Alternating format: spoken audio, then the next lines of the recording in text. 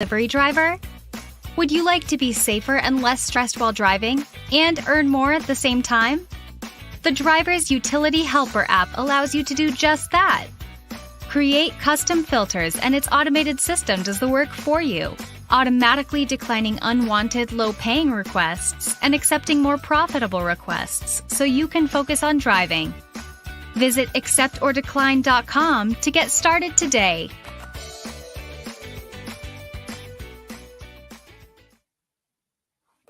Hey everybody, and welcome to the RiDESHARE Rodeo Roundtable, now being simulcast everywhere. So we have Kim's Side Money Plans, we have Dash Theory TV, and I got to get this right because somebody scolded me in the notes last week that they said, why did you say welcome Cheyenne, but you didn't say her channel name? So welcome to Gig Work Mama. So, thank you, person, for that. And we have Chris, of course, from Show Me the Money Club, the RiDESHARE guy. And he used to have another channel. I won't even say it because now it's called something else. It's Chris Za. And we love having Chris on. So, Chris, welcome as well. And you want to tell us a little bit about Chris Za first? Oh, yeah. So, well, originally started as Real RiDESHARE Stories, and then I coupled with Harry over at the RiDESHARE guy. So I'm like, I don't feel like doubling up on RiDESHARE content. So that's where the RiDESHARE guy is going to be when it comes to RiDESHARE content. So I want to take the channel and make it into something else. So now I go around Buffalo, New York, trying every pizzeria and seeing who's got the best slice in town. It's a series called Buffalo by the Slice, and the next episode will be out tomorrow. So come check it out. Chris Pizza or Pizza. You could do either or. Don't matter. Yeah, and Chris's link will be in the show notes. Now, I know a lot of you guys are still in confusion. I think the way that we all see it is that you're going to be seeing this streaming on all the channels because, look, we want everybody to see it. But if you've been watching it forever and you're over here, that's great. All the chat shows up to us in this one, so you can watch it on any of the channels you want. But the hope is to gain a lot of viewership on all the other channels too and get people watching this, because I think we talk about a lot of good things on here. We have a good time, but we also hit on some tougher issues and whatnot. And it's been always a really good crowd. So I'm going to shout out to what I'm seeing here in the chat so far. Let me start off with Gary, obviously. Gary, Hannibal who, Gary who. I am liking this new lineup. So thank you, Gary. Gary, get your butt back. I don't know if like that's you thinking like, hey, does that work? Am I out? You're not out. It's like the mob, bro. You're screwed. You're in for life. You can never leave. What's up, Derek? What's up, Chris Taylor? What's up, Traveler? What's up, Thomas Mathis? Now you, Thomas Mathis, I owe you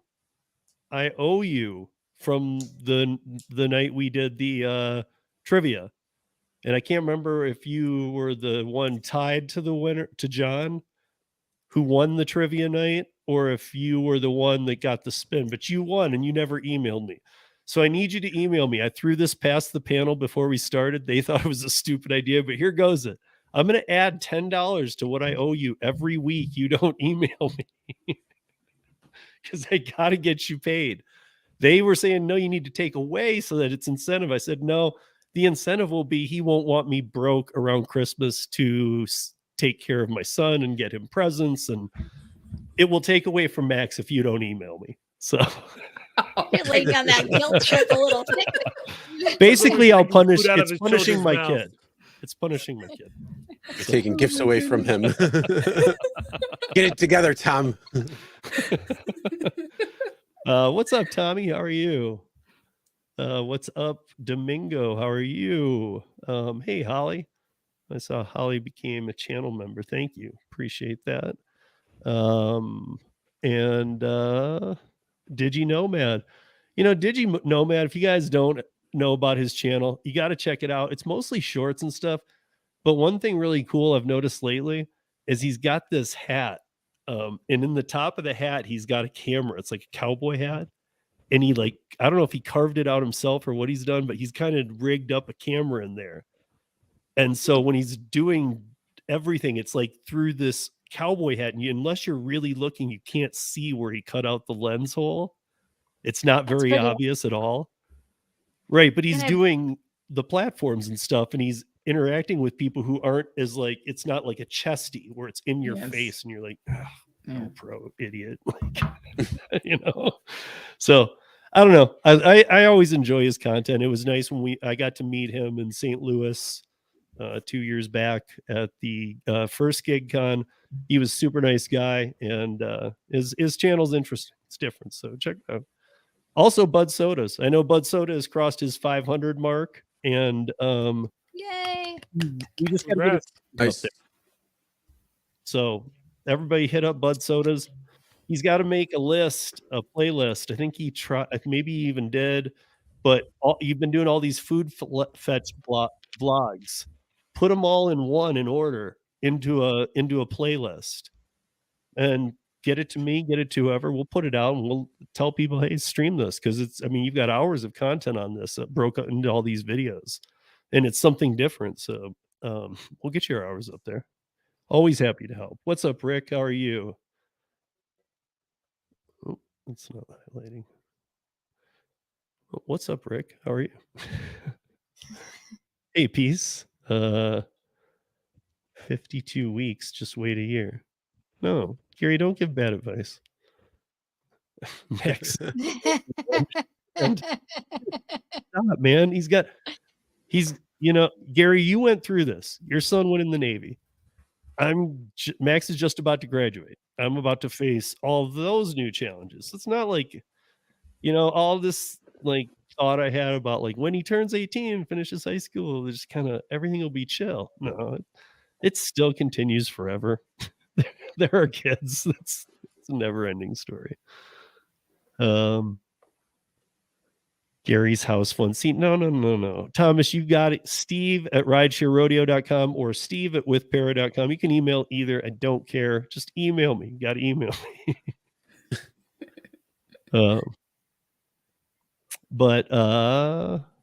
Yeah, okay. I think we got everybody. So again, oh my gosh, I got a dead iPad over here and it's got all my notes. Luckily I got that. Okay. Wow, that's really weird how quick that iPad drained. Anyway, we got some stories for you tonight. And we got some different people leading some stories too. So before I even jump into this first one, I got to tell you guys, we did the piece last week. Was it last week where we talked about the DoorDash person shooting the... Yes. Okay. So I cut that piece into like an 18-minute piece. I put it out, and it's not even about the video itself. It's the comments. The comments I got they're so night and day. It's crazy. And then David and I had that conversation with Dashing Trader. Same thing. I was taking those comments, and I mean, it's crazy how many people, more people than not, said he had the right to do it completely. Chris, I don't know if you're familiar with the story. Yep. The YouTube creator who got shot by the DoorDasher. So, I mean, I'm so torn still, you guys, that like, because people were saying, Steve, you're a Democrat for saying that. First of all, we don't do the politic things. And just so you guys know, it's hard for me to find that comment. If you put that in there, it doesn't show up in my feed. I have to go find that, because if you use the word if you do around politics or anything like that, if you put that word in there, just know that people aren't not responding to you. Most creators probably aren't seeing your comment. I'm just letting you know. Because I have to go dig to actually find if other comments were made. But it wasn't about that. But I was just I was like, damn, that escalated quickly in a mall. And if you see the after pictures too, the guy was taken down by 2 mall cops, like the shooter. So they were there. I mean, the whole thing is it's a crazy thing, like Dashing Trader. Welcome, see you in there too. And he had a different take on it too. The people in the chats had different takes on it. Dashing Trader's take was the whole mistake was made by the guy taking an order in a mall. That is a fact. That is a fact. He's not wrong though. Right, but my point is that we did get past that and actually get into the problem. But maybe he was new. What I don't know. But agreed. Yes, the biggest problem. I mean, a lot of people agreed with him too. A lot of people were like, "Yeah, it's true. They shouldn't. This all wouldn't have happened if he just wouldn't have taken the order." So, but that guy is back to making videos, FYI too. I still go back to the mom though. Like, why didn't the mom say, "What is effing wrong with you? We're still doing this"? Not even that. Like, she didn't care. I feel like she knew what he was going to do. Like, oh, he'll be making these again, so I can't say much. Who knows? Maybe she gets part of the money he's making. I don't know. Who knows what's going on? It could be that too. I guess, or maybe she's already had the conversation with him about, this could be dangerous. And he's like, Mom, this is what I want to do. So she kind of washed her hands from it. I mean, if you but think wouldn't about you it have logically, that conversation again after he lost his stomach? I mean, this is the most popular he's ever going to be. If you're going to do it, you got to do it now. I mean, I'm sorry. The guy, that was a point blank to the stomach. And then when he's out, he's like, it's God's plan. I'm going to do what I'm going to do. And then I was thinking maybe he won't. Maybe he'll find some, but he's already putting videos back up. He's back on this. I'm just going to keep doing this.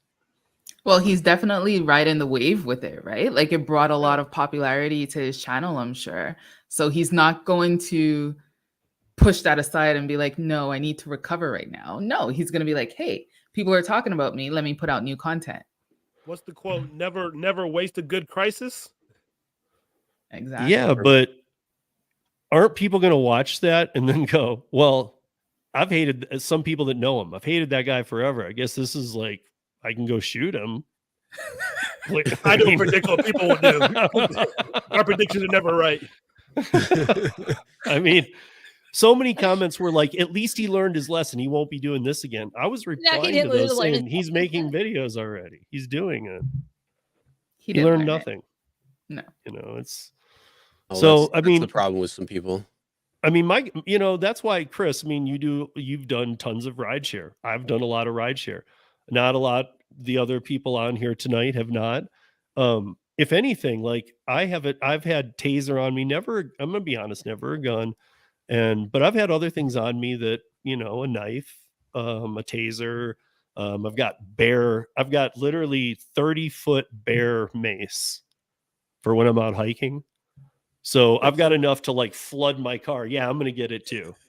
But I can, I mean, I've always said have a plan, like my plan is to gun it if somebody, because nobody ever gets out of these situations well as rideshare drivers. Have a plan. If something were to happen, because if you're not mentally prepared, you will get zapped into that moment of having a gun on you and doing what they say. And in all those cases, they end bad. So have a plan. Run into something. Get to a lit street. Run into another car. Do something that's because then they'll just get out and run. They're not going to kill you, most likely. They're not going to want that on their hands too. But they're never taking you to say, okay, if you do this, we'll save you. That's not really what happens. You're not going to end up good. You're better off, I think, to fight it out some, or to have some kind of plan. But I agree with that. The thing, half of the thing is the other guy is just as scared as you are. Half the time, these people aren't professional criminals. They're just some guy looking for a target in a moment. Yeah, and especially if you're feeling threatened beyond they're just trying to carjack me, because all too often. Chris knows this too. I mean, we just know about all kinds of people fake being rideshare drivers. People do this, that, the other. They prey on drunk people. But I mean, I think having a plan and mentally going through it is a good thing, because I think that then when it happens, you're like, okay, if you're on a highway and somebody pulls a gun and you just gun it, hit a sidewall, do something that deploys airbags and whatnot, because there's no reason to shoot you at that point. They're going to be a lot better off just with a gun charge if there even was a cop around. But my point is have a plan, I guess, because in this day and age, we don't know what'll happen. I mean, not too long ago, we're even talking about somebody who dropped off DoorDash in Florida or whatever it was, got pulled into the person's house and Yep. they chopped him into pieces. I mean, this isn't even just killing anymore. This is turning into human torture and stuff. And this is delivery, and Instacart shoppers. To take it one step further too, not just rideshare, but even food delivery or anything where you got to get out of your car, make sure you're paying attention, because that's your means of getting out of here. And if something happens, you got to take care of yourself. So have a plan also when you're delivering or anything like that. Yeah, I mean, I would have never said that before. I mean, I've been thinking the same thing lately too, but I would have never said that before, but they're being approached as much as everybody else. I mean, especially carjackings. We've watched a few on here that are just, horrible. We watched one where we've talked about it a few times too, but I can never get over this one where the lady was delivering to like the 3rd floor and it was done in seconds. Like the other car was tailing her. It was a nice area. And she pulled up behind, or somebody pulled up behind her car. She left it running. Somebody got in her car to steal it. And there was a baby in the back, and they somehow just kind of ran into a brick wall across the street and ran from the car because of the baby. I think their thing was they wanted to steal this car, but they were like, a baby, what? And he was maybe even like got thrown by that and was just like, I'm not doing this. So she got very lucky, but I mean, her baby almost got stolen. Yeah. Hey, Chris, wasn't there a live that you did or we did about somebody was saying that they used like oven cleaner in their car? Was something like crazy? Yeah, that was like that. was that what it was? Yeah, it was oven cleaner, and I think that was from the ladies' town hall that we had on Show Me the Money Club. That's what it was. Yeah. So was it oven cleaner instead of like mace? Oven cleaner will do the same thing. The one thing though that's good, like if you want to talk about mace or the gel, the best thing to use is the gel versus the aerosol, because that's going to be a directed stream. So as Steve was saying, if it sprays, it's going to get him too. This at least will kind of prevent that from happening because it's going to be more directed. Yeah, some of it can come off, but oven cleaner is kind of the same type of thing. The only thing is you got to watch out. You got to make sure you open windows or the door real quick, because you will really mess up your lungs doing that if you're in a confined area. Well, and I mean, hopefully you're not doing it multiple times. Yeah. Once Yeah, I think if you got to do it once, I think it's time most people are probably going to be getting out of either rideshare or food delivery. So spray it, hop out the car, lock all the doors. Got it. That's it. I mean, and then for the Canadians out there, we're actually not allowed to have mace. That's one thing. It's illegal over oven here. Cleaner. So oven cleaner, that's one that I never thought about, but you can have coyote deterrent. So that's what I have. So it's like the same thing in a different package. Exactly. Like bear spray exactly kind the same of thing. yeah. You can't go buy mace? No, it's illegal to have mace in Canada. Wow. Yeah. They outlaw Is it illegal to carry? Yeah. There's no. What about a taser? It's not an open carry. I think that's illegal as well, because only the police officers have tasers here. I mean, you can't. What happens if you order one off Amazon? Well, if you get caught with it, well, right? Like they can ship it. As we say in America, rather be judged by 12 than carried by 6. There is that. Possession is 9/10 too. I mean, you got to catch it with that too. I mean, obviously though, that speaks volumes, because Cheyenne is in Montreal, and that's not a small city by any means, but she doesn't feel that need to have it. No, there's some areas that, like there was one area where I used to deliver to. I always had my bear deterrent on my wrist. My area is not, it's fine. Like it's really suburbs, but a few cities over. Yeah, at nighttime, there was one building. I actually called my boyfriend when I got out the car, and I was like, this building looks sketchy. And it was like the 3rd floor. And I kept him on the phone the whole time I was doing the delivery, because it was like dark, and it was crazy. Yeah. I mean, I was seeing this too. So we have he's on Australia, Mark, and I guess I knew laws were tighter. I didn't know you couldn't have a gun. Yeah, but that doesn't stop people. That doesn't stop criminals. Let's be real. A criminal still can have it no matter what. Whether you're in Canada, whether you're in Australia, the chances of having it are probably lessened. But if you want something, you can get it. Yeah, and it doesn't there's matter still where you shootings are. like crazy, but you know, yeah, I mean, they're not showing it. However, though, I mean, do you guys, you know what? I'm trying to remember. Do you guys have Canada shootings like in malls and schools? And you don't have that stuff like we do. So in schools, I think the last one was like years and years and years ago, but it was like a big thing. In malls, not really. There are some, but it's like a small, it's not like a mass thing. Like someone's going after somebody and they're in the mall, so they went in the mall after the person. It's that kind of thing.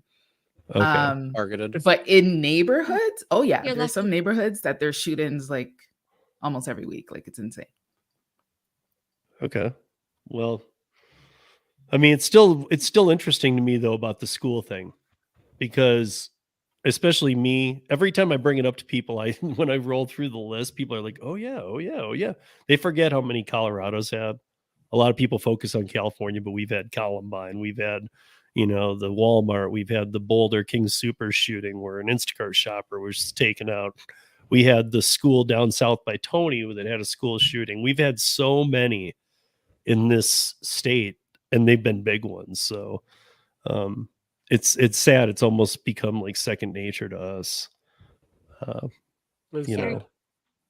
Even my son's school, they go like, I get 4, like last week I told Max, I'm like, this is insane. I've had 4 texts this week that you were in lockdown, because we'll get a text saying students are all in lockdown. That's 4,000 kids at his high school.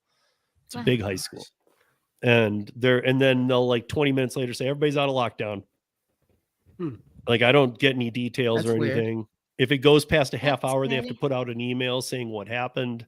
They have these weird new rules. They don't have school security on campus anymore. They have 2 Denver police officers at all times. Wow. And I think I mentioned on here there's a police officer in every one of our schools, at least in my area. Even in the elementary school, there's always a police officer on duty. I think that's what you have to do nowadays. Sadly, I think that's kind of what it's come to.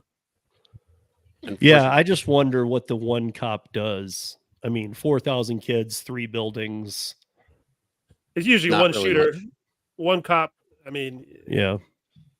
If he's there on point, I mean, he's there to assess and quickly call it in, kind of thing, is what I see. Yeah. But like my son stepped off campus, not by much. They do it every day for lunch. Went and was playing basketball. I told you guys, and he had a gun pulled on him. This was like 2.5, 3 weeks ago. It's crazy. It's just what it is. And then he goes back and like was late for a class and was worried about that because he had to give the report to the police officer. So it is what it is. I guess it's just different worlds though. Canada's I'm sure if I lived up there it'd feel different, but Canada doesn't seem to hit on all that stuff. Yeah, no, they have the like safety protocol at the beginning of every school year where they tell the students like what to do if ever there's a lockdown or anything like that. But it's never like you never hear of lockdowns like at all. The thing I wonder, and tell me if I'm off basis with this, and this is kind of a little bit of stereotyping, but you always hear about Canada being so friendly. Yeah, and then a lot of times in the US you hear about the schools being because of bullying. Is there similar levels of bullying in Canada? I guess is kind of the question I'm going towards. So there's actually a lot of bullying in the schools. That is one thing that I'm very happy that we homeschool because I just couldn't do it. But there's a lot of bullying that goes on in schools. But they also have not a lot, but there are resource workers in every single school to help like the trouble students. But then it gets a little bit different here because I feel like the students kind of like rat on each other also. So you do hear like in my mommy groups where they're like, oh, we got an email from the school that potentially tomorrow they're going to look into something because they heard about something on social media. And I'm like, what? Like, don't snitches get stitches? Like what happened? What happened to that kind of code? Like, I don't get it. So that's it's the very future, man. Here. Big brother, we telling. We ain't got time for that. We telling. Exactly. But yeah, no, there are a lot of bullies, but I feel like when it comes to bullies, someone intervenes before it becomes like, So there's violent more in the sense of intervention. using Okay. weapons. Interesting. Yeah. Yeah. There's I a lot remember of the fist big, fights, that's for sure. yeah. I mean, see, when I was growing up, that's what happened. I grew up That's in old Michigan, school, not here in yeah. Colorado, Yeah. but I grew up around that stuff. That happened. Yeah. I mean, that just happened. But we Scuffles also and had wrestling. Dare too. So when I was younger, we had Barney and like, Oh, Dare. and Dare in there telling you like, hey, you ever seen this stuff before? And they'd show cocaine or weed, and then they'd be like, do your parents have it? Like they're all trying to get you to narc out your parents and stuff. Does Dare even still exist anymore? I don't think so. I think it turned don't more know. kids onto drugs than trying to turn them off. I know, right? I Right. just Then they were remember able, it was as like a a class. kid. You were able to identify all drugs after Dare. Yeah, did you have the case of drugs where the cop came in and like actually like had like a case and showed you what Yeah. each one Oh, looked yeah. like? And then they 'Cause I took, didn't it know. out and passed it around. Yeah. And they're like, now don't let this go hot. Don't go AWOL because we're going to find it. You're going to be sitting here all day until we get it back. And they're passing out everything. It's like, holy crap. Yeah. All right. So here's a story I got because I think I'm interested on everybody's take on this one because the is it San Francisco? Yeah. So almost 80 Uber sexual assault lawsuits going on in the San Francisco court system are now allowed to go together. I find this very interesting. We all know that this is part of the arbitration and how Uber doesn't like it. They're fighting this thing to the T. There's quotes in here that Uber argued that the filings were they have little to nothing in common. Why should this be together? They don't want this, but this seems to be another trend that's going around that they're trying to push for over and over and over, even if your state isn't pushing for the legislation to let some of these ones that the arbitration clause that we all agree to with the checkbox, kind of like, screw that. We're going to go this route instead. I don't know. Uber's thinking of it as a loss. The people are thinking of it as a win. I guess, Chris, since you're on this week and since you know a lot about rideshare and what's going on, you guys are talking about this all the time. What do you think? Well, I mean, I think it comes down to, do they specifically want it to be all grouped in one versus, not? I think that's what it really should But I come mean, down to. do you think this will have better outcomes for the women? Do you think it'll get more publicity? Do you think that Uber has a point? I mean, like, not is it a good point, but do you think they have a good reason why they don't want this to happen? I mean, I don't know enough about this particular issue that's going on to really. I mean, talk think of about it in but rideshare terms. Then, if they were like allowing ride shares in an area to go to one court case and deal with this way. Yeah, like I said, I think it really should come down to the people themselves who are, putting these together. If they want to bring it all together, maybe for more recognition around or some sort of change that they're doing or whatever, then there could be that possible side of things to try to bring more people into the cases. Could be another thing like coming forward type situations. There could be a lot of things that they're trying to do with it, but I think it should be, kind of up to the individuals if they want to take part in something that's going to be collecting them together versus, not, and kind of getting their due diligence known from their lawyers and anything that may pertain to that. Because again, one size doesn't fit all. So That's what I was thinking too. we've kind of hit that on the nail. Like, some people want to be employees, some people want to be independent contractors, but in reality, it's, you got to kind of figure out what's going to be the best. Same thing when it comes to legislation they're looking at.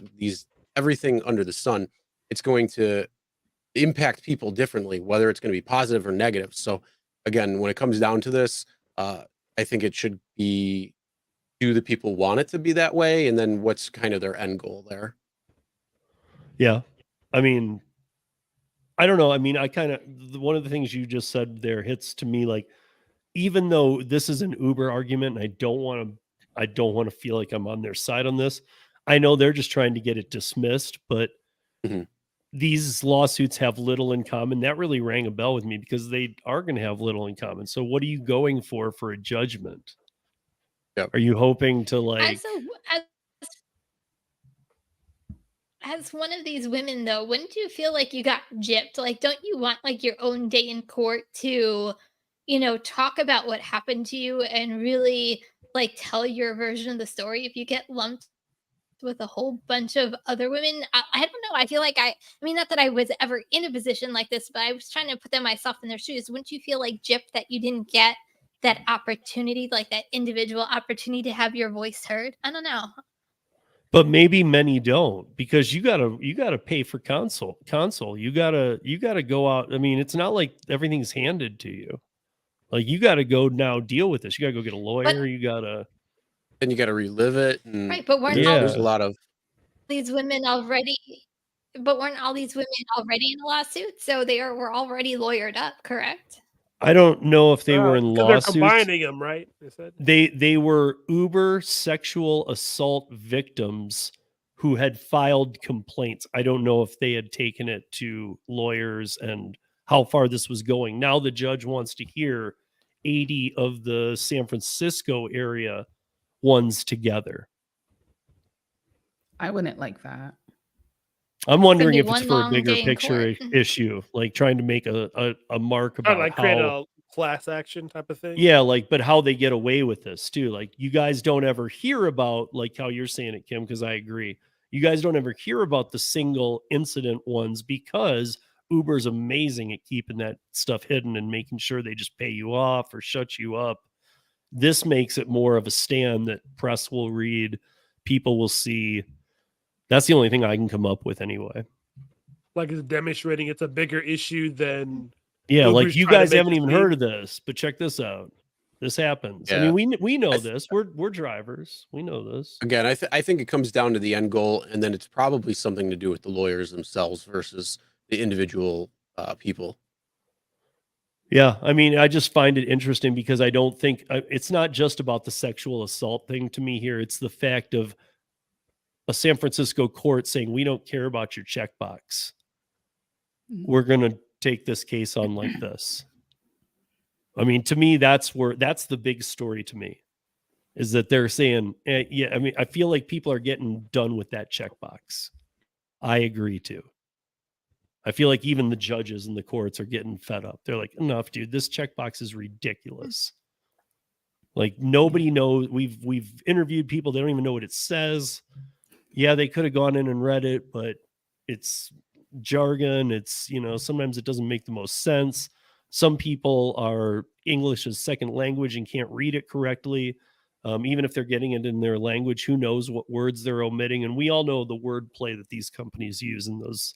So it's sometimes you got to read it over and over. It's not complete legalese, but it can get difficult. I mean, I'll say difficult. But then speaking of Uber, Chris is going to walk us through this robo-firing, because I was reading this and I could see this being a huge problem unless they correct it. Oh yeah. So go ahead. Walk us through this one.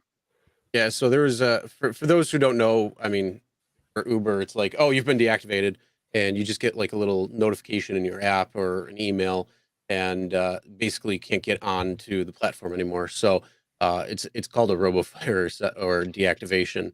And this is something that could potentially cost Uber quite a bit, because a couple of drivers in over on the other side of the pond in Portugal and two in the UK, so it's 3 drivers total, they were deactivated and they didn't know why. They didn't have the proper explanation for it. So that's why they went to court. And then basically the judge in the court system agreed with the drivers and said, look, you need to provide the correct information to let them know why they were deactivated, what was going on. And basically these drivers were saying that it was repeatedly breaching contract terms And so, yeah, the court agreed with them and said that they have to pay a penalty of £4,000, or in other words, $4,224 for each day. So Oof. this is Wow. going on from May 13th, 2023 through September 18th, which is totaling 516 pounds and continuing to grow. So this is closing in on $600,000 that 2 drivers. So I said 3 drivers at the original, but 1 driver was able to get sufficient explanation, but the 2 other drivers did not.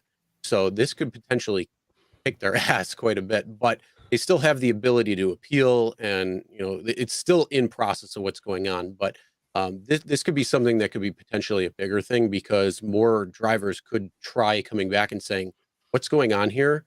I didn't get enough information either. Again, I don't think this is going to happen in the US, because the other side of the world is going to have different laws when it comes down to these things. So it could potentially have some impact, but yeah, it's growing quite a bit, and to have it go up $4,000 a day, or $4,200 a day every single day that they don't pay or give the proper information. Yeah, it's big. Thomas, you see what's going to happen to me? What? I'm going to have to keep owing him money, man. I'm going to become like the inverted version of this. Like, dude, I'm trying to. At least it's like not going $4,000 a polar day. opposite. Yeah. I'm trying to pay you. You won't let me. I've got to increase the pay. 4,000 a day. You're surging, man. It would be, I hate to say, but it Definition. would be amazing if they learned that lesson here. Do you know how many drivers that pertains to, and how much, if it ever came to the US that way, how much they would owe just by random? Can you imagine? Well, Can and you that's- imagine that number? But also, Think about it. That sets precedence for the other apps as well. Like, look at Oh, Grubhub for you 100%. guys that did that massive, Well- So you want to hear a crazy stat that just came about? So on Show Me the Money Club on Tuesday, we're having the alderperson Michael Rodriguez of the 22nd Ward of Chicago, as well as Lori Simmons on to talk about the Chicago ordinance and what they're doing. One of the things that they're trying to tackle is deactivations, and especially false deactivations, giving drivers the ability to challenge it and protect them from these types of things. They sent us a couple of things already for the show notes, because we prepare. And one of the things that Lori sent us, over 10,000 drivers have been deactivated in the city of Chicago. And that's just what's been reported, what they have to report. It doesn't include all of the other side of things. So it could be even more. So that's just 10,000 drivers in the city of It's just Chicago that has been deactivated because of whatever particular reason. so And that's, I think, from like 2019 to today. That's So- crazy. let me just throw something out there, though. Out of those 10,000, and let's say it doesn't matter if it's not Chicago. If there was 10,000, how many people do you think are in the wrongful deactivation pursuit that were rightfully deactivated? Even if they didn't know it, even if their point is, at least tell me why. And if they saw it, they'd be like, oh, okay, now I get it. But I mean, do you think all 10,000 are wrongfully deactivated, or do you think? Probably I'm sure 80%. there's probably a portion of them. I mean, honestly, I couldn't know. I don't know. I mean, we know how many people are falsely deactivated. Yes. We get stories like this all the time Yeah, from people emailing us exactly what's going on. I mean, we just had a crazy story where there was this driver who was deactivated because a passenger claimed that she was removed by the driver, leading to physical injuries. And she then came back and said, no, it wasn't real. I made it up. I didn't have the money. I was distraught. I got into a fight with my boyfriend, blah, blah, blah. And this was a Lyft driver, Lyft incident that happened. And basically, the driver got her to sign an affidavit saying that this was not real. I made it up. And Lyft still doesn't take it. So like it's like, okay, now go arbitration, take your case to court, because you have all of this proof. They can't do anything beyond that. So they'd have to give you more information on that. But it's absolutely wild, like what people will say and do. We have another driver that we know. He was deactivated. He has a 2019 or 21 Model Y Tesla. And they were saying that the brakes and the suspension were not safe and pulled him off the platform. It was like, what, they can say anything they want and it's, you're innocent. I mean, you're guilty until whenever or whatever. So Yeah. it's a real problem that I think needs to be addressed much further. And if it's something where they start fining fining the company for drivers because they're not giving this information and they're not giving it freely or however, I think it's only going to help drivers then, hopefully. Yeah. Yeah. Yeah. I mean, I hope all this stuff that we talk about in the bigger picture helps out the drivers. And speaking of that, and since we're on legislation, this Minneapolis thing is really getting weird.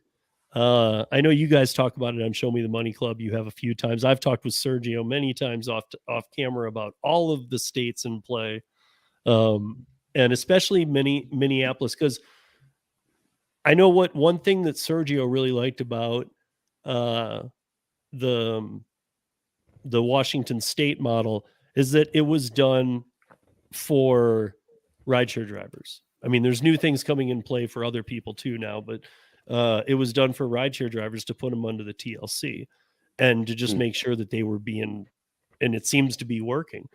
I honestly think that before even jumping here is, I think that these cities that it will end up with the best legislation will start with rideshare. Because let's be honest, same thing that Chicago's doing too. They're going rideshare first. You guys, like Prop 22, and I'm not dogging on it. I just need to mention this though, but Prop 22 Prop 22 went into effect in, what was it, 2020? Yeah. Just before the pandemic? Yeah, it was, I think it was January 1st, 2020. Yeah, so they didn't take into account delivery drivers. They did this for the gig economy, but they were thinking this is for rideshare drivers. Nobody really does delivery. And then in March 25th or mid-March, we learned nobody drives rideshare anymore. Everybody does delivery. So that's where that thing kind of hit and hurt a little bit. And they weren't expecting it. So I don't know. I don't think that you can take the difference of what a rideshare driver makes in an active hour and then compare it to a delivery driver who gets a base pay of $2-3 and is definitely counting on the tips to make the money, not the base pay, and then tell them that they have to pay those. And I'm not trying to dog this. I'm just saying, if you want a good legislation that's going to work, I think it needs to start with the rideshare. In Minneapolis, this thing, got so close, and then the mayor had to use, or the governor had to use the first veto he's ever done in his political career, and he made this committee.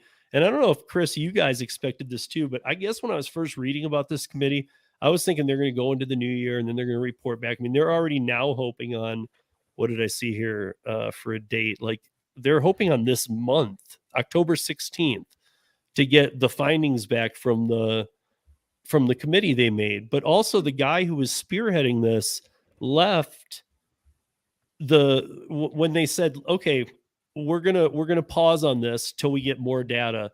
We want you to be part of we want you to lead the committee that's gonna look into this. I was thinking, okay, this is going into next year.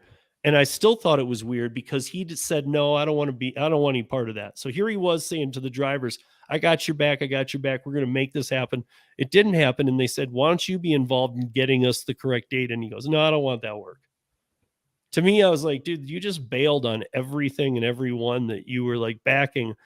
And now it looks like they're already over with it. We were just talking about it a month ago. So they only did it for like 5 or 6 weeks. And they're already claiming they have enough data.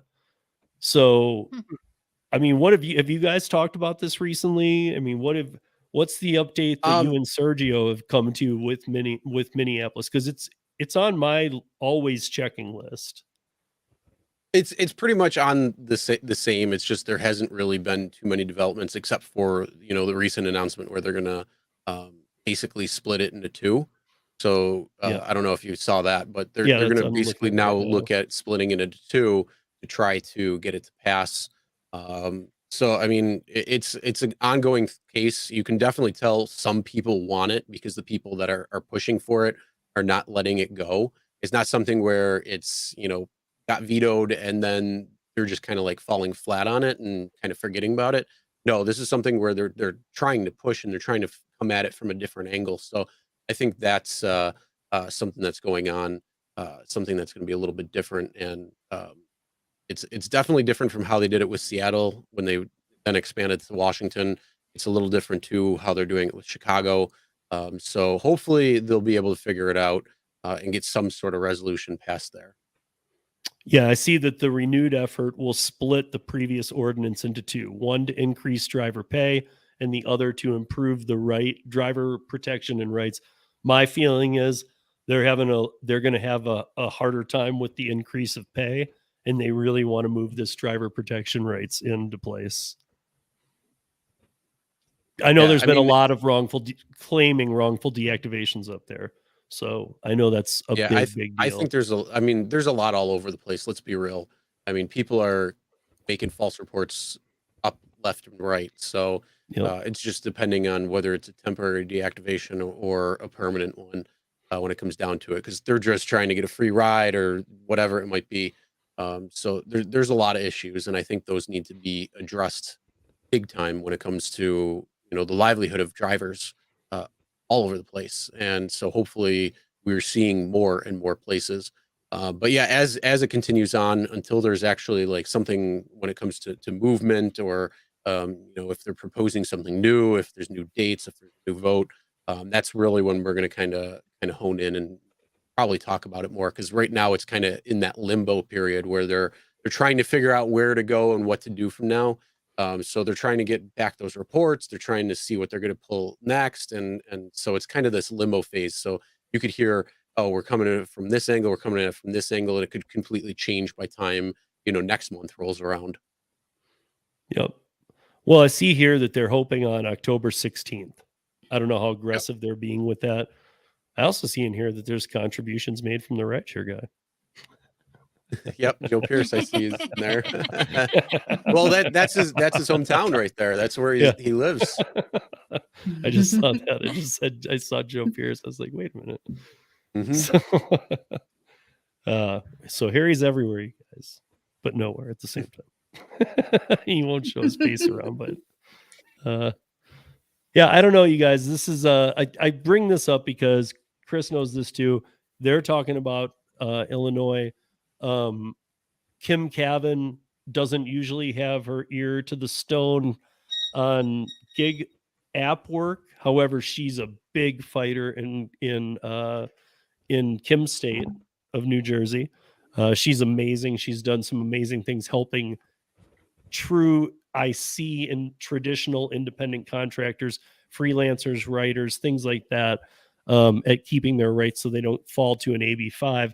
But she did some research for me, and there's, like after Illinois, there's New Hampshire, there's Massachusetts bill, there's they're looking at Pennsylvania, New Jersey. There's a lot of states looking at all these different ways of coming about this. So legislation, we've been talking about it for a while, guys, but it's coming. It's coming in a big way, and we will stay on top of it. But we keep telling you, don't be afraid to Google your city and what's going on. Kim, I had Kim on, and I was like, we were talking about traditional work, and I had Karen and Mike Harubi all in the same place. It was a great discussion. And she, like, in 1 minute, I can't remember how she summarized it. It was just perfect, though. She's like, well, just send an email to your legislator. Well, most people don't want to look up their congressman. Well, she's like, Google congressman for where you live. And the first thing that'll come up is their email. Click it. Send them an email. Tell them you're pissed off. She's like, they have to listen to you. And she's right. And that's how easy it is, guys. I mean, it really is. We have some tools at driverrights.org, which is the thing that we did from Para. 75,000 signatures, and it will write, if you choose to go that extra step, all you do is simply say, yes, do this for me. And it drafts a letter to your congressman in your zip code. And then you can change it if you want, but you can also just leave it and send it blankly. And so we've had tons sent out. They do help because, as I've said before, the only time your congressman hears from you is when people are pissed. So like when we had, when we did the town hall here, what we learned from some of the people was that, well, wait, all we hear is all you guys want to be employees. No, you're hearing from a small percentage of people that are taking the time to email you because they're mad and they want to be employees. You're not hearing from the people who are content. They don't ever send you an email saying, bang up job, keep it up. Like nobody does that. Nobody emails their congressman saying, have a good week. Like, we just don't do that. You email them when you're mad. And they were very surprised to learn that. Maybe we need reverse psychology with congressmen and women. Maybe do the reverse psychology. Like, but I don't even think you're doing fantastic today.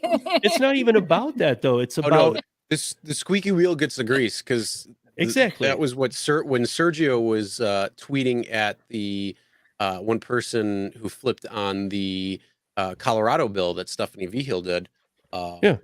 He when he met him at in Denver, he's like, "Oh, you're the guy." So he it's I mean, look at the world all around. It's the squeaky wheel that gets the grease. So the ones who are the ones who have voices, they're the ones who are getting heard, and they're going to be a small subsect of people when it comes down to it, because they're the ones who are joining a little bit together. But if you have the mass amount of people that are coming together and saying, "Hey, this is not right," they have no choice but to listen. Yeah. I mean, I remember watching Show Me the Money Club, and Sergio said something about me because he said, and then Steve ran over to me and was like, Priola showed up. He's like, he was shaking. I wasn't shaking, dude. I was just coming over to you to tell you Priola showed up. However, I didn't get my time with him, so I'm glad Kim, Zach, and Sergio all cornered him and didn't let him. It. Yeah, it was like he was in the ropes in the corner. Just and it was, if you guys haven't watched it too, the town hall was really interesting. When Sergio speaks at the very beginning, he goes, I'd like Priola to hear this, who was in the other room. And in the other room, they could clearly hear what we were doing. But he did come in there and he's like, well, so, I'd like to ask you something, Mr. Priola. So, and he's like, well, I'm just here to listen. And he's like, okay, I'll respect that, but I'm still going to say it. And he just kind of said it with him right there in his face. And then Priola was just kind of standing there like, when can I go?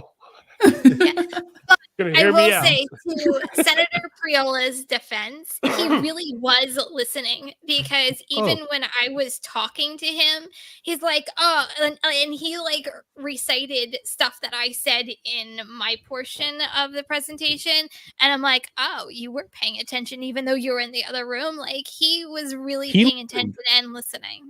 He learned from it. Yeah. He learned a lot from it. But again, it came down to, hey, the constituents I hear from, I don't hear from any of them like you. He was like, I just hear people being pissed about not being employees. Okay. And we're like, that's like 2% of us. The rest are part-timers, or the full-timers don't want that. So we really got to stay on top of this. I know it sounds like a lot of work, but when I got to find that bit and make a short, because it'd probably be 1 minute of Kim Gavin, because she has a way of saying something where you just know that's what you need to do too, where she just says, listen, here's this, here's what we got to do this. Well, but Soda had a question there about, what do we think now that there's another pause on the NYC food delivery minimum wage? I know what I think, but I mean, look, they tried this with RiDESHARE, floor meets ceiling. I said this. I said it's going to happen here. I said, even though Uber was denied the court date, Chris already mentioned tonight, like, look, they'll just keep fighting it in court. Even though they were denied, they're either not going to do it, or it's going to kill it for the top earners, because they're not going to pay it. Yeah. I mean, anybody, now, John? Wasn't it like there was a pause and then it was unpaused and then it's paused again now? Yeah. Well, it shouldn't be paused again, though, because they were denied to be able to. Right. So it should be in effect until it's overturned. No, I'm saying again. It should be, though. Oh, that's what. Yeah. I mean, I think like That's what I think, is that it should be in effect. Like, I guess I got to understand why it's paused again is where the thing I'm missing. Because they're fighting it. Yeah, exactly. Right. But Hannibal did a video on it. I think this week. Yep. But the thing is that they were denied.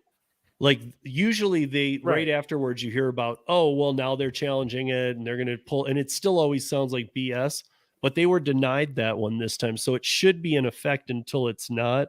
I have a feeling it is still in effect, and they're just going, well, we're not going to do it. It's what they do every time. It's not like laws stop them. I don't think so. I don't think with the bigger gig companies, laws stop them. I mean, we've seen them pop in and out of countries through all of their existence so far.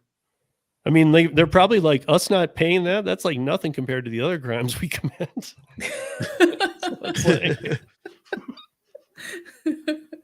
I don't know. It's like we can afford not to pay this one. Cheyenne, you had a good you brought up a good topic about Toronto rideshare. And I was thinking, it's funny because I had a Toronto driver on the audio podcast about a year ago when Toronto was doing this thing where if you were a rideshare driver already, you didn't have to do this. If you weren't, you actually had to do a minor version of what you do in Europe, which is go and train. We have that here in Montreal. So I actually had on my Uber app, it kept sending me like promos for rideshare. And I'm like, I don't do rideshare. So then I clicked on it just to see, because I was like, ooh, these are some good promos, you know? And in Quebec, if you want to become a rideshare driver, you have to do the same test as if you're a taxi driver. I have no interest in that. Like, why would I do that? So it's like a whole exam and everything. I would imagine you would only do it if the pay is that much better. I guess, yeah. So, or if you really had that desire to do rideshare, but I really don't. I was just looking at those bonuses. Right. But I mean, I think there's something about that too. It's not like over in Europe, you got to go through a whole process. I've talked with a couple people over there. That takes a couple weeks. You don't have to go through the whole thing that the taxi drivers do, or especially not what are their famous black cabs. You know, those people like train for like longer than doctors. I'm not kidding. They go to school for like 7 years to learn how to do those. They're the London famous black cabs. I can't remember exactly what their name is. But then there's taxi too, and they have to go through this whole thing. But then they have these badges. They have QR codes that your phone matches up to and says, yes, this is your driver. Like all the little like safety protocols that cost like $3 that we don't have. You know, I mean, I don't know. Chris, I mean, what do you guys think about making sure that, you know, because I'm sure that with that comes a better background check, comes better driver performance, because you can actually fail and not be able to do it. Exactly. I mean, it probably helps slow the crap out of oversaturation because they can only teach so many at a time. Too? Not for food delivery. No, it's just for driving passengers. Their argument, when I had a person on the podcast about it who did rideshare, he was grandfathered in. So if you were already doing rideshare, you did not have to take the class. You were good. Even if you sucked at it, they were like, you're good. You already do this. So you didn't have to take it. But everybody else had to go through these classes and whatnot. And you had to get certified, just like a TLC, just like a taxi, or like I worked for a limo company. If you want to drive over the shortest limo, the one that holds like 12, you got to go get the right classification testing. You know, I don't know. I mean, if you're going to make the taxis do it, if you're going to make the limos do it on certain sizes, I don't see why it shouldn't apply. I mean, we have psychos driving rideshare. We have some great people driving rideshare. We have bad customers. I don't know.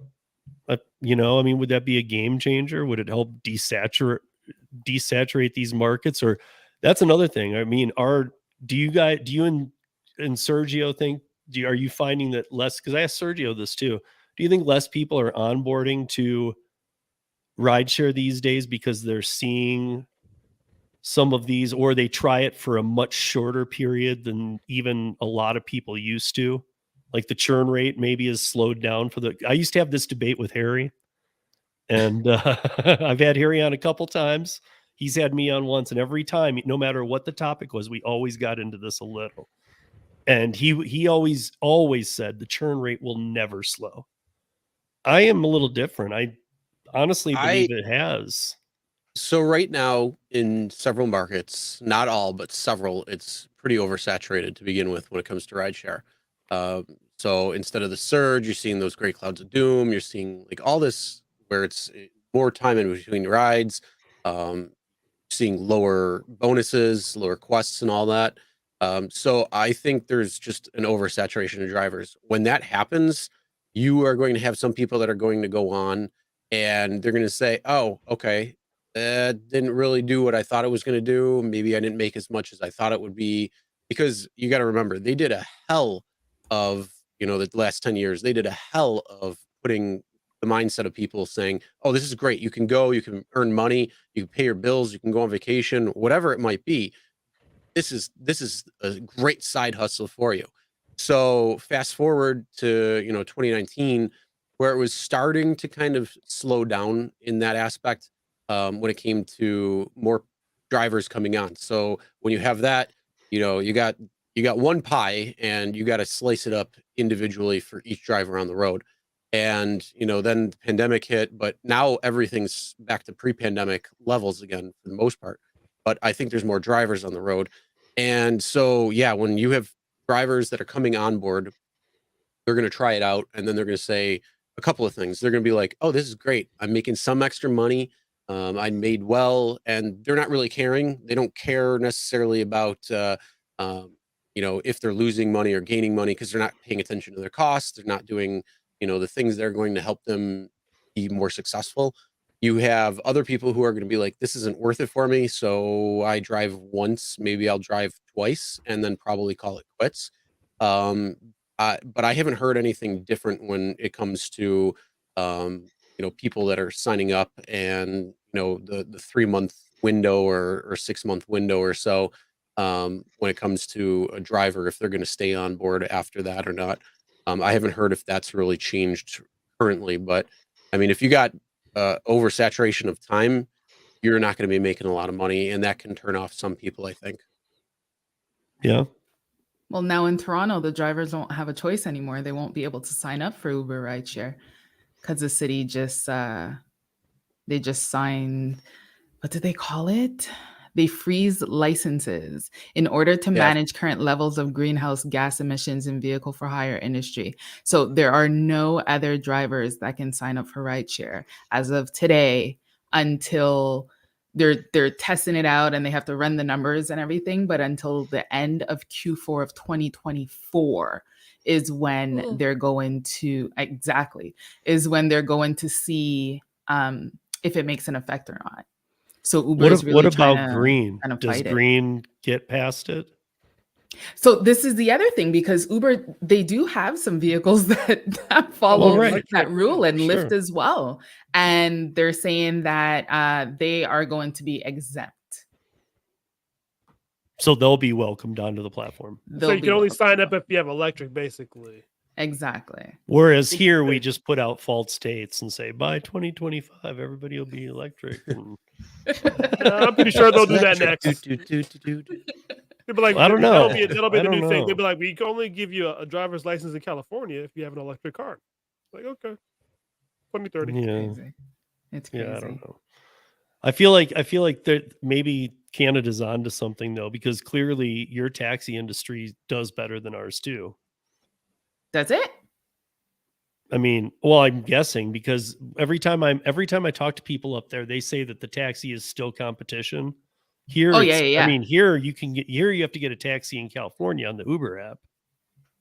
Really? Well, see, here's the thing. You gotta, I mean, if you look at Toronto, you look at Montreal, those are the bigger cities in Canada. Yes. You look at New York City, they have a stronghold when it comes to the taxi industry and everything. That's why New York City is completely different than the rest of the country. Rideshare drivers have to get their medallions. They have to do, everything like a taxi cab driver. But the only thing is they're not a taxi driver. They're an Uber Lyft driver. and they cap them too. So they say, hey, yeah, you can only have so many medallions out at one time. And, it's the same kind of thing. But if you start going, if you're going into Barrie or Hamilton or other areas, they may not have those type of caps that they're putting on. It might only be in city centers because of the population. So, I mean, when you're getting out in other areas that are, oh, we're gonna try to be as many drivers as we can or whatever, they're still gonna fall into the same categories now. I don't know if that's true. I mean, you might know that a little bit better, being in Canada, but is that open or is that closed off in all of Ontario, or is it just in Toronto? It's just in Toronto. Yeah, see, so there you go. Yeah. What did the And then existing drivers think about it? They're actually not too pleased about it because they're saying that it's going to increase the wait times. Customers aren't going to be very happy. They don't believe that it's something that's actually going to reduce congestion because, yes, Toronto, there's traffic all day, every day, no matter where you're going. So they're saying they don't see why they would have to do this. And then it's just going to make the customers even more upset because they're going to be waiting longer for their ride. And then when you show up, they're annoyed. They're, so yeah. See, I thought it would have been the opposite. Well, you can only do so much, right? Just That's because true. of the fact that there's so much traffic there that when you go to pick, like if an order comes in, you have to factor in how long is it going to take me to get over there. And it could be something that normally, if there's no traffic, it's like a 5 to 10 minute drive. But since there's always traffic, it can easily take you almost an hour to go like a few kilometers. It makes no sense over there. Like I used to live there. It's a completely different world when it comes to traffic. So because cab drivers are exempt, they don't have to be green. No. So are cab drivers their W-2 employees? Are they not how they are here? Are they not independent contractors? For Toronto, I'm not sure. For Montreal, I actually had to look into this for one of the jobs that I did for that freelancer site that you saw on my page. And some of them are employees and some of them are independent contractors. Okay. It depends which company and it depends how you got onto the platform. And some they have their own vehicle and some of them it's a company vehicle. Sure. So let's switch the gear here. Kim, why are we talking about Uber Eats letting you order from 2 stores at once when I feel like we've talked about this so many times? We have, but I know. It's like reinventing it, so to speak. So it started out, and this is what we talked about before. They started out with doing, I'm making this up, McDonald's, and you can, also go to, I don't know, 7-Eleven or a convenience store, Walgreens, and get like a bag of chips or candy or whatever to add on your order. And they wouldn't charge you for like an extra delivery fee. It was all grouped together. So fast forward, they said that it's been doing well for Uber Eats. And now they're going to allow not just the convenience store, like anywhere. Like, so say all 5 of us are roommates and I want a pizza. Chris wants McDonald's. Steve, you want, I have no idea. You name it. Wendy's. So I want to all piss 5 the of us driver want, off.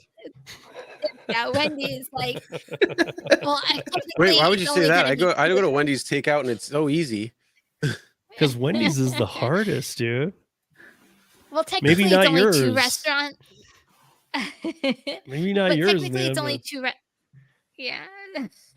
Technically, Okay. it's only 2 restaurants, but you can go to, like, people can order from 2 different restaurants and get it delivered to the same house. So now they're expanding it to not just like convenience stores, they're expanding it to like any restaurant that is on the platform. So now they're saying that drivers could be upset about this because now they have to go to 2 different locations, blah, blah, blah, blah. But Same old DoorDash stuff. already does this. Well, this is Uber Eats. They do. I know, but like, Yeah. this yeah. is Uber Eats.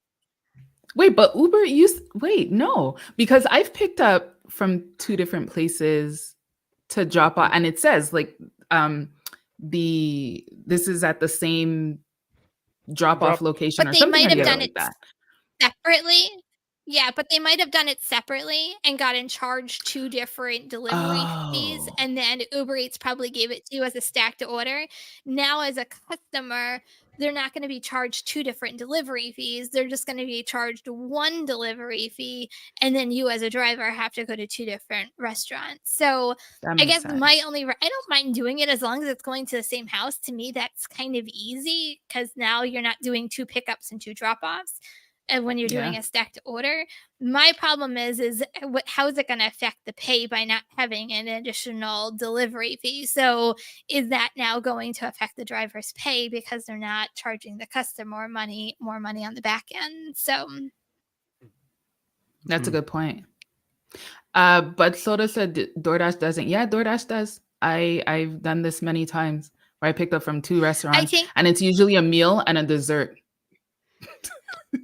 Yeah, they plus do it. she's They in do it Canada on too. DoorDash, but yeah, but they do it on DoorDash, but they charge 2 delivery fees. I think the whole entire thing of this whole thing is they're only charging 1 delivery fee for the 2 pickups for the Mm, customer. So So it's more he's claiming it cost is effective. not 2 different restaurants though, and that's exactly what we are talking about. It's 2 different restaurants.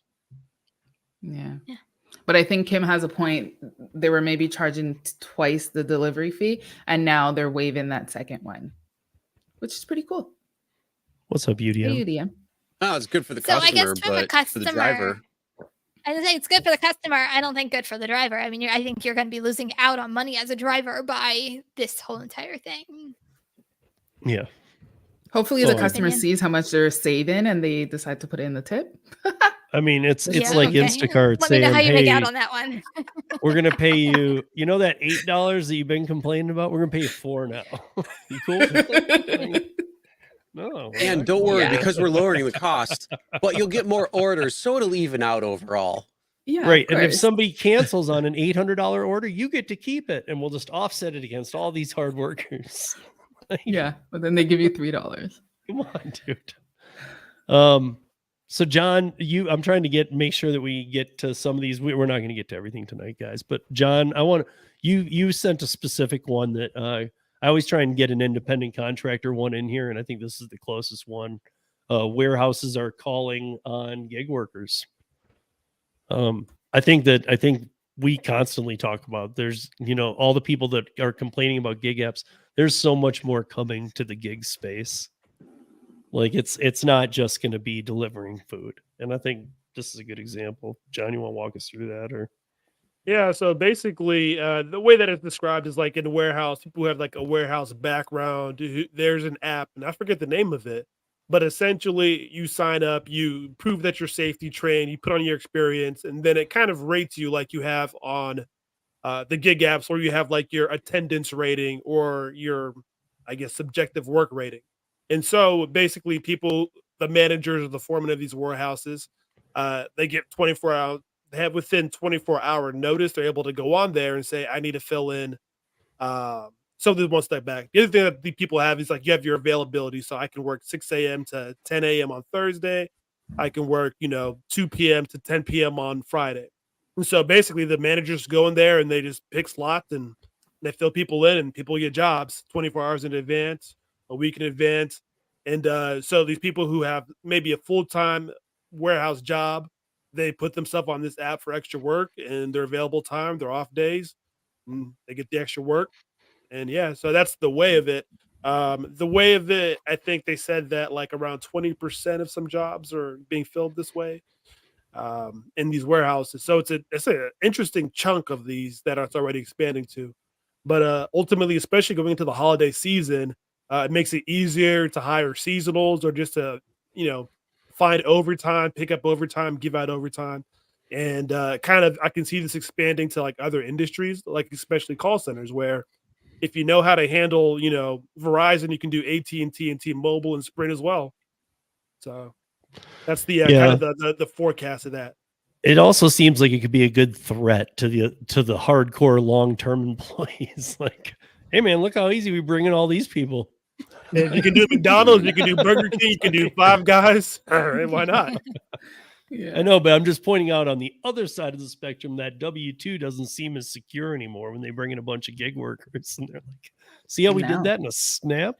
I think there is so many different ways of making money. Like there's no like I think with yes, people still have W-2s, but with like gig work, like I think there's so many companies that are going the independent contractor way because it's easier to fill jobs, especially going into fourth quarter when a lot of people need the demand of especially warehouses, retail.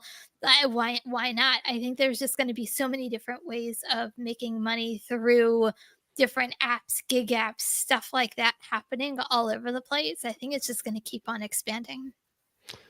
Yeah, Bud Soda here says he's what he's talking about. I wrote an article on it. Is called Wonolo, so it's WONOLO.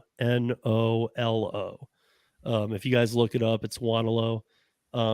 It's somewhat as close to a W-2 as you can be. It's really dedicated to cooks, chefs, people in the restaurant industry, people in the warehouse industry. It's Wonolo.com. So it's WONOLO.com. And it really is about more. If you guys remember like the temporary job centers back in the day, like you could go in and say, if you just moved to a city, hey, I haven't found a job yet. And they say, oh, we got this warehouse job for 3 weeks. There you go. And you actually had a broker or somebody working, an agent working on your behalf. It feels like that because I wrote an article on it and I had to go through the whole app and its whole process. And it felt like that. And being from the bar and restaurant industry, I saw a lot of like great ideas, and it was a great way to fill spots like on lines, cook lines and things like that for a while. But it also allowed a place to gauge you. So I was seeing a lot of these Wonolo people doing this at 2-3 places, and at like the third place they'd get offered a full-time job. Like, hey, we want to just keep you. Or they'd be like a line chef, and they couldn't get, I was reading all kinds of testimonials. They were like a line chef at their primary job of 8 years. They loved the place, but they had found out or finally thought, I can't get above a certain level. I am never going to get chef or sous chef, and I really want to.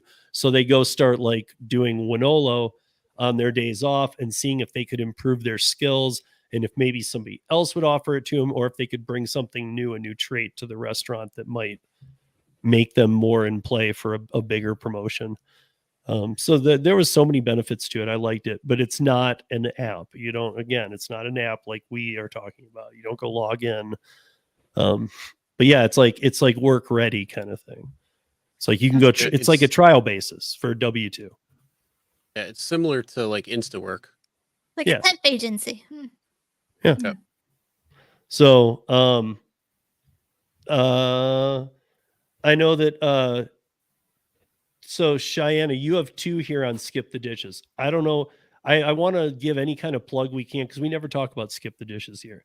You had one on. Well, no, we just don't. I mean, we just don't. But I mean, we should be, because up there, Skip the Dishes is our Grubhub. Yeah, exactly. It's the same company as Grubhub, and for some areas, Skip the Dishes is more popular than Uber Eats or DoorDash.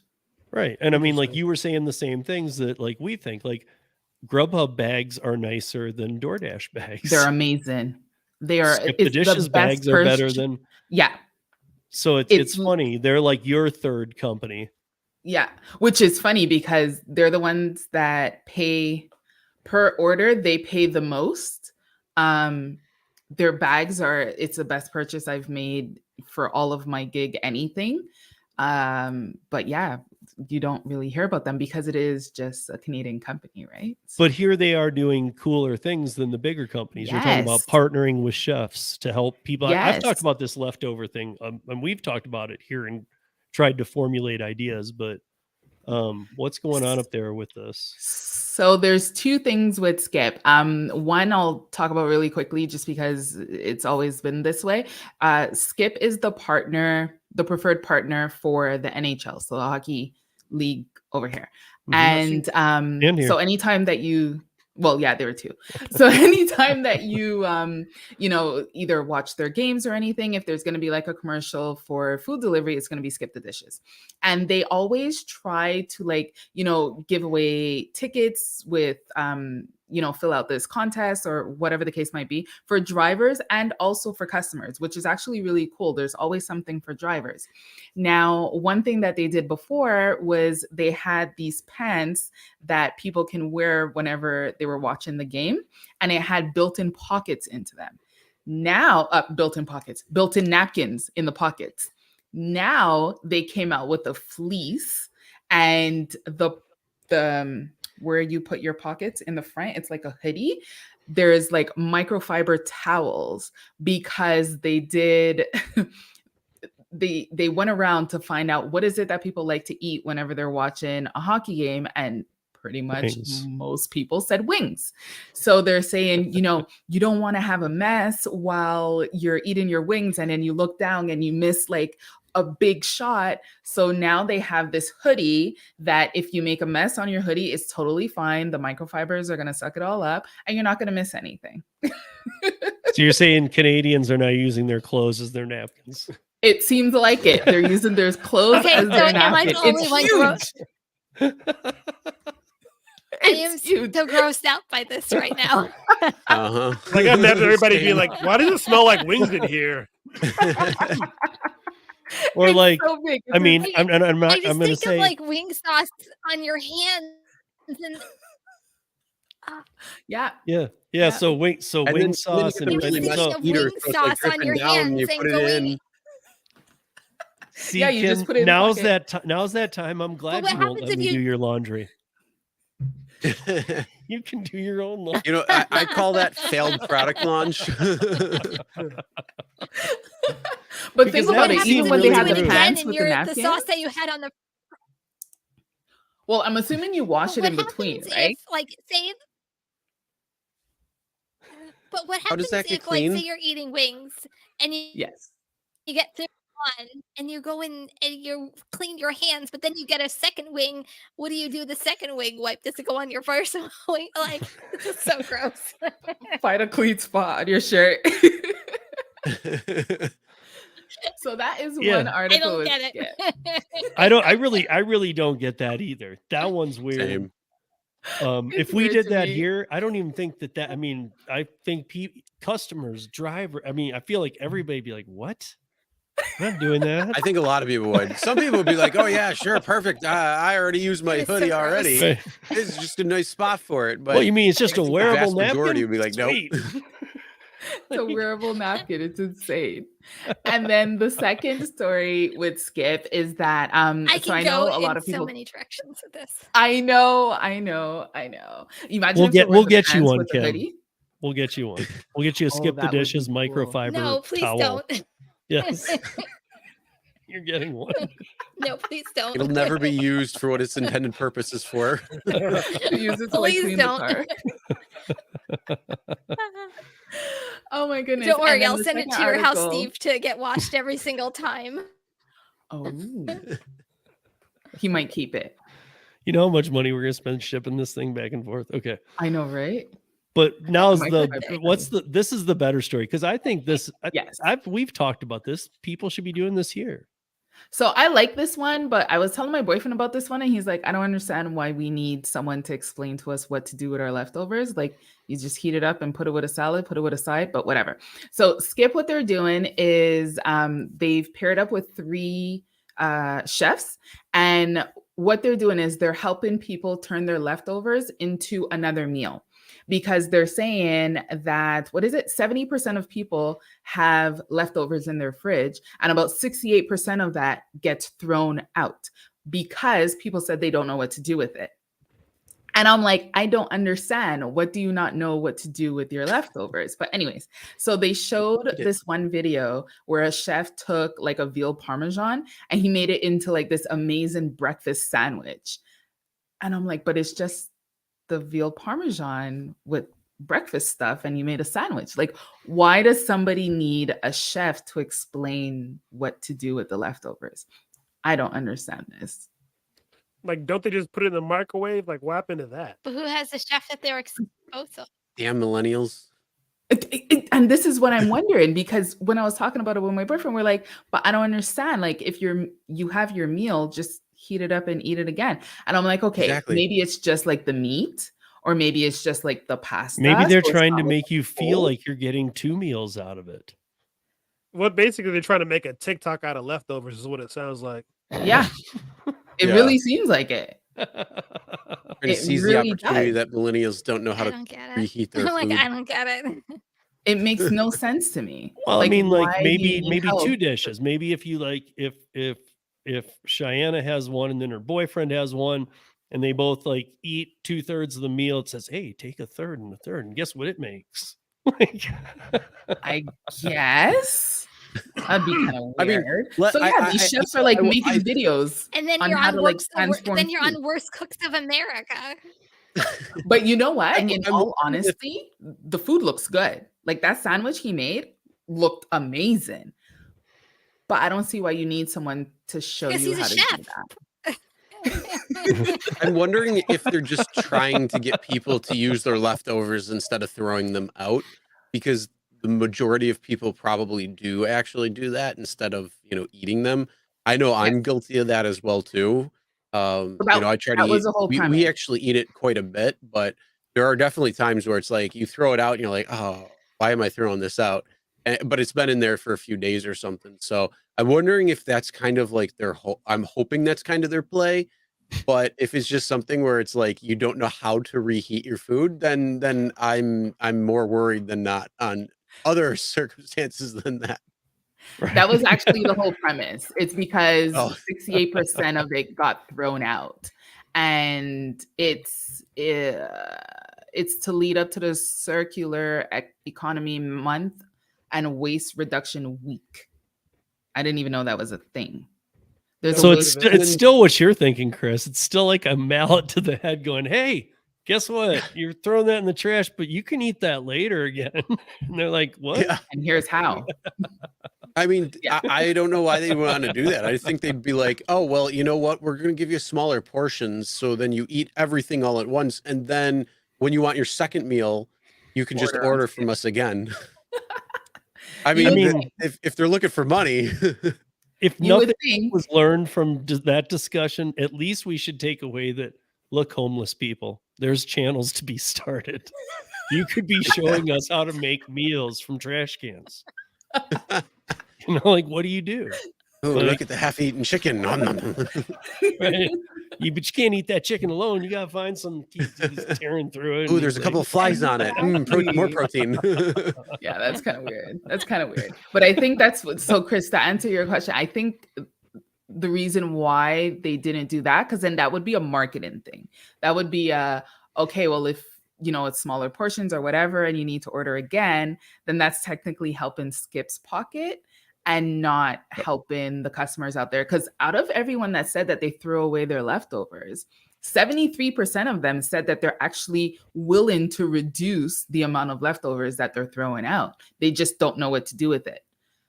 So I think that's where they're like, okay, well, if there's so many people. Everybody watching, it's simple.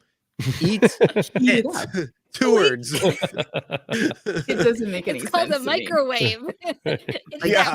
Or like a toaster oven or something. Very simple. No sense. It makes you know what? You can just smoke a little weed and then you'll be hungry and you'll be like, oh, I know exactly what I'm going to do with that thing. I'm going to eat it. Exactly. I mean, the biggest thing to here, one of the biggest things we've talked about here, and I feel like it gets overlooked, but I feel like there's something to be had here because it's just ridiculous. Like, look at all the food McDonald's wastes.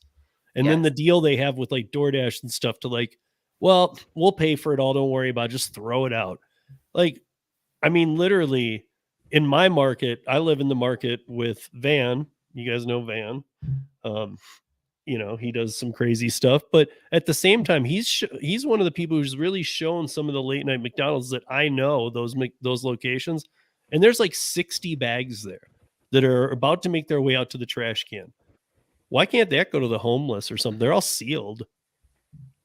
I don't know. I mean, I feel like there's so many things we're not doing.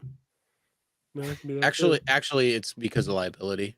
Can't they just check a Um, box that says I'm cool with eating this, as opposed to the I maggot-infested food I'm about to dive for? well, Is unfortunately, it a that's unfortunately liability a issue? problem. Yep. Because you'd wonder why grocery stores would do the same thing. You know, a lot of the times they're able to donate it to food shelters, but there's other there's other food that you just have to throw out, and you're like, why can't you just give it to people? And it's because of a liability issue. Is it because of if things are dated, or what is it? I'm not sure too far God into it, forbid but someone gets sick. that's really all I know, and I never really researched it further. But it's I I believe would it's something to assume, do with liability issues. I guess but I'm, wouldn't it be just like, while we're on it, I'm just saying it's really sad because this is food that's Mhm. wasted. It seems like there needs to Oh, be a way 100%. around this. Yes. yeah, Even when you mentioned grocery stores should be able to give it to, like, we have a bunch of food. We have a huge homeless problem here in Denver. I mean, I know a lot of us do, but huge. It's been out yeah. of control, you know? I was surprised when I was there and riding around with you, Steve. I'm like, wow, Yeah. like I was Yeah, there's amazed. people who live in tents downtown, like right downtown, right? You know, they tried to gentrify them out of areas, and what they did instead was went and surrounded the food banks downtown. But then they got to be too many, so Tent City just grew and grew and grew within the city, and they never Yeah. wanted that. Yeah, I was So, actually going to say what Christopher Taylor said, that I would assume a small percentage of it is, salmonella, food poisoning, anything else that would possibly get someone sick. They don't want to be liable for anything, I would assume, that's expired or might get someone sick and but eventually there's sue the food company for giving them. insufficient people who don't even get food. I think I that know. the amount of people who might, and I know we're not making the decisions here, but I'm just saying the amount of people who would get a salmonella issue or something from But don't sealed they? McDonald's bags or donated Kroger food or something, they're getting the food anyway that could have Yeah, salmonella anyway. I was gonna say, once they throw it out, like McDonald's, don't the homeless people just go and get it out the bag, or do they lock the trash can to Yeah, prevent dude, them from getting it? all our McDonald's lock the trash cans. Mm, So they go throw them in there, and then they got that bar that goes over in the padlock, and you can't get Oh. into it. So sad. I'm assuming that's insurance too, you know? Yeah. Probably. yeah. Yep. You know, it's the So, same thing. I was a dishwasher way back in the day, and if there were plates left over from, weddings or parties or whatever, they're like, you got to throw it all out. I threw it out, but I threw it like next to it, and then we just kept it. So, I mean, things like that. I don't know why, but yeah, it sucked because we were throwing away like fillets and like all yeah. these really good Ugh. cuts and everything. Yeah. And, I just put it into like a little to-go container, and I just, kind of kept it off to the side. And then when we left for the night, I had like a whole packed full of like fillets and potatoes, and I took like 3 of them. We went to a friend's house and we just ate like kings for that. It was great, but it's the fact that they're like, oh, we have to throw it out. We can't do anything with it. It's insane. That's crazy. I think that's a huge opportunity for somebody to make a really good fight on trying to help some homeless people, because the amount of food we waste is ridiculous. And then we talk about food insufficiency in this country, and it's crazy. Yeah. We have kids that go unfed every day. Every day. And, yeah, so I know. But that's I actually have- something that I was. have Sorry. Go ahead. Sorry, I just have a local deli and also a local bagel place that there's a nonprofit organization that it's almost like a local food bank, and they've actually formed partnerships that as soon as like they know that their day is over, they go to the deli and also the bagel store, and they literally both places donate whatever hasn't sold for the day as far as like baked goods is concerned. So I know it's done at a local, mom and pop type of thing, but if it could be done nationally, and do you know how many more mouths can get fed and how many more people can get fed across the country? Just saying. yeah. Definitely. So since we have run out of time for me to hit any of the big stories, so I want to end just with this really, don't do this, you guys, because this guy's, first of all, he picked this really small order too to go out on this with. It's a TikToker. He's gone somewhat viral. Let me see it. He's got 137,000 followers. He's kind of known for his quitting of jobs. That's what his thing's about. Like, hey, this is how I quit this job. Here's how I got kicked out of this job. He took so he has TikToks up there, multiple ones on quitting Taco Bell, PetSmart, Amazon. So he took on DoorDash, and he explains, his various reasons for not liking it.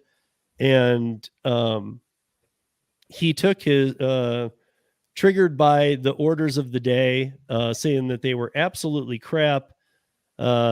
He then, the same day that he was talking about everything being crap, I think it was his first or second day, he received a delivery from a customer who placed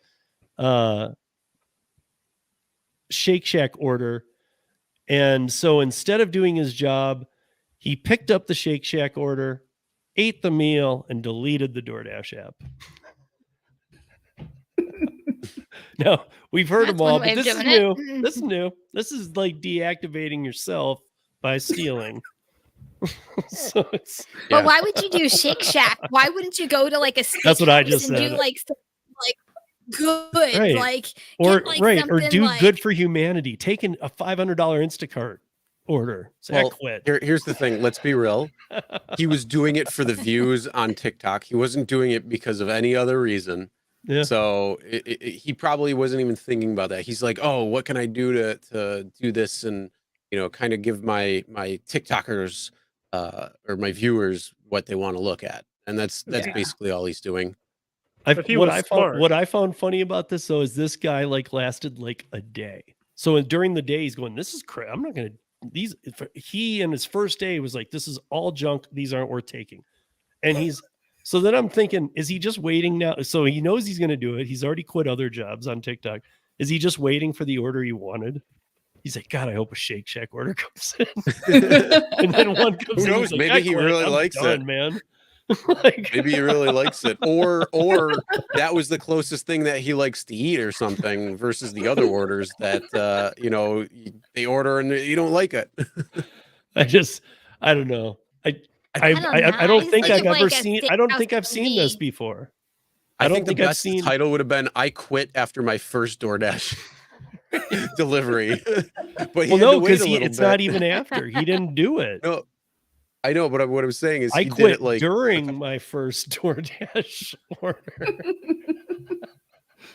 Yeah, he didn't even complete Or it. he That would would be just the done it better on way. Grubhub. Nobody gives any orders on Grubhub anyways. is it considered But a so does delivery if Right. you didn't even deliver it? Like, As Soda Actually, said, he's maybe not even deactivated. That's the funny thing. Watchy, if he re-downloads the app, he's still active. you'll just see like negative That would be $22. He or just has something in one your account. contract violation. True, he just has one contract violation. That's all it is. He needs a second one. You Right. do it twice. You haven't completed any orders and you stole the first one. Don't do that again. That's a violation. Oh, okay. I didn't Oh know. my goodness. Dispute it. It's like I the guess bus this drivers in Buffalo. They can I hit 4 guess people this- and still have their job. Maybe we can bring a little closure by bringing a couple stories together. These are the people who need the chef to explain what to do with leftovers. Yes. So, I mean, you don't sign up for these apps to get a free meal and quit. Definitely not. Don't do that. 'Cause it only lasts a couple of times before that comes crashing down. Okay, so before we get out of here, because we've ran over, guys, Kim, what do you got going?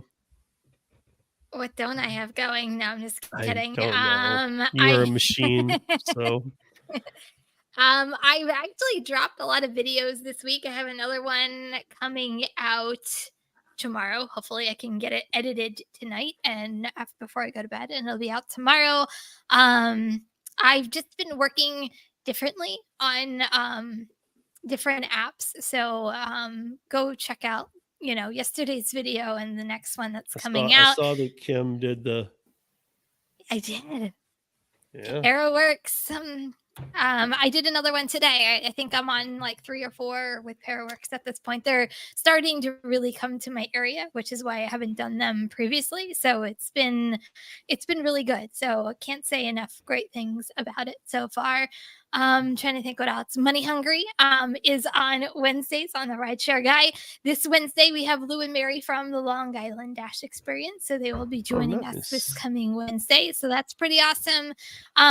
Thursdays I am back here. Weekends I work crazy, and that's my week. Oh, and I have a video being released on the Rideshare Guy tomorrow.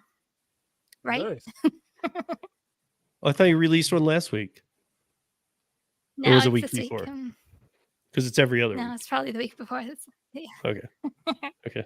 So, hey, And what? Christopher Taylor has a question for you. When's your show coming back? Oh, he's talking about your when my- Tuesday. Yeah, the I Tuesday know, show. I know. My daughter has now soccer on Tuesdays, so until soccer dies down or goes away, unfortunately, Tuesdays is on pause for the present moment until I'm not a soccer mom anymore. I know that. So What you got to do? at some point, I know. at least she was transparent, I know. guys. So, But John, Until further John, what do notice, you? TBD. And John, before you say what you got going this week, I also want to ask you beforehand: are you gonna? Because I'm thinking about maybe giving Shipped another try. Not yet, but soon, as it comes close to after Thanksgiving. I mean, I gave up on it. It was so bad. But again, for those that don't know, when I started Shipped, I learned everything from John's channel. He has the best Shipped videos that there are. I know he doesn't do a lot of it either anymore. That's why it's kind of two parts with you. What do you got going on? And would you consider doing Shipped again? I did turn on Shipped recently. Just the biggest thing for me with Shipped is that with Shipped, to do Shipped correctly, you got to track the addresses. And when I turned it on recently, I don't got a new phone and a lot of different things. So I'm basically starting from zero as far as my addresses. So I may do it just to show what it's like to do it from zero, how it should be done, a demonstration for the people out there. So I am considering doing it for that reason. And just because also there's another Walmart in an area near me that just added Spark to it, which is close to a Target. So now I have an opportunity to potentially field Target, field Walmart. Let me phrase that: field Spark, field Shipped, field DoorDash, Uber Eats, etc., all from the same area. So just because it makes sense to do it, that would be another reason why I may be doing it in the holiday season. Third reason is if they have bonuses again. They don't have them right now, but if they bring them back, it makes it definitely worth it. Okay. So that's one of the things I may be having coming up is that. So time will tell. And to the viewer that said I only said her name is Cheyenne, Gig Work Mama, what do you got going on this week? I am actually doing my first Q&A, live Q&A on Tuesday. So I'm very excited about that. And, just editing videos and trying to put them out there. I'm slowly getting back on track. I'm not too far behind. So that's a good thing. But yeah, I have one video that's in the works of being edited right now. Hopefully it'll come out in maybe a day or two. And prepping for my Q&A on Tuesday. Nice. And so we get to Chris. Show Me the Money Club with Sergio, rideshare guy, ties, eating pizza around the city. What you got going on, Chris? I think you just said it. So yeah, Show Me the Money Club Tuesday. We have this week we have Alderman Michael Rodriguez from Chicago, the 22nd Ward, on, as well as Lori Simmons from oh my God, what's she in? The People's oh God, I can't remember it. But Lori Simmons is going to be on as well. So we got that going on for Tuesday over at the Rideshare Guy, 6 p.m. Eastern, 3 p.m. Pacific. Make sure you're checking that out.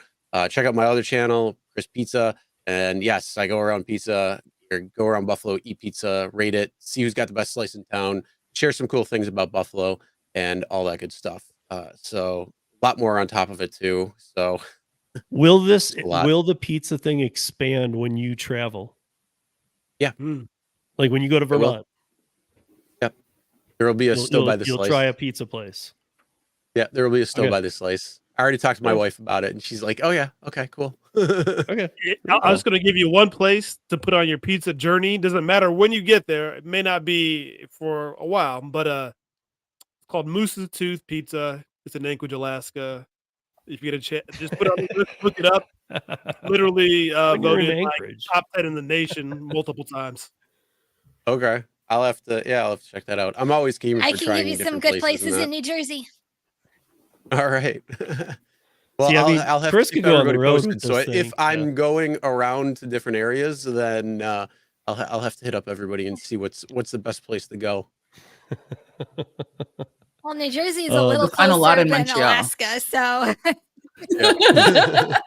Yeah, that's why I said Yeah, and may then not be I this gotta year. go check out Dustin with his new digging channel. So yeah, so I got the last mile next week, and you guys, I will talk about the curry order I did because it was a monster. And there's a lot to be said about it. Again, one of those debatable things. I had people on both sides. Take it. That's a great order. Don't take that. No way. It was a long one, and I will explain the whole thing next Wednesday. Also, speaking of Lou and Mary, a week from this Tuesday, so it's the 24th, we are doing I think it's our 7th one. The Long Island Rodeo Experience is what we call it. And I think it's our 7th one. We just randomly do them once in a while whenever Lou and Mary are feeling it. So, and then I got the first week of next month, I am doing the part 2 with Kim Cavan, Karen Anderson, Mike Harubi about the independent contractor rule change, because there's been some movement there and a trigger will have been pulled by then. And we will have the second part of that 2-part discussion that we even said would be 2 parts when we did it the last time. So with that said, everybody, thank you for joining us. Hopefully you joined us on all channels. And if you missed it, hopefully you're seeing it out on all the channels, because we're trying to tally this up and see if it's making sense. And so far it is. I mean, we're getting more eyes on this, and that's awesome. I think some people are feeling displaced. I've seen it in the streams. Like, what stream am I supposed to be in? I know all you guys. Like, I get it. So my take is like, if you've been watching forever, maybe, be in here where everybody is, but this is to bring in new people from all the channels and have them, because they'll watch on that channel to feel safe first. And, we're just trying to get it exposed to everybody, and it seems to be working. So we'll keep plucking away at it, and keep joining us back here. Be safe, earn smart, you guys, and we'll see you soon. Later. Next week.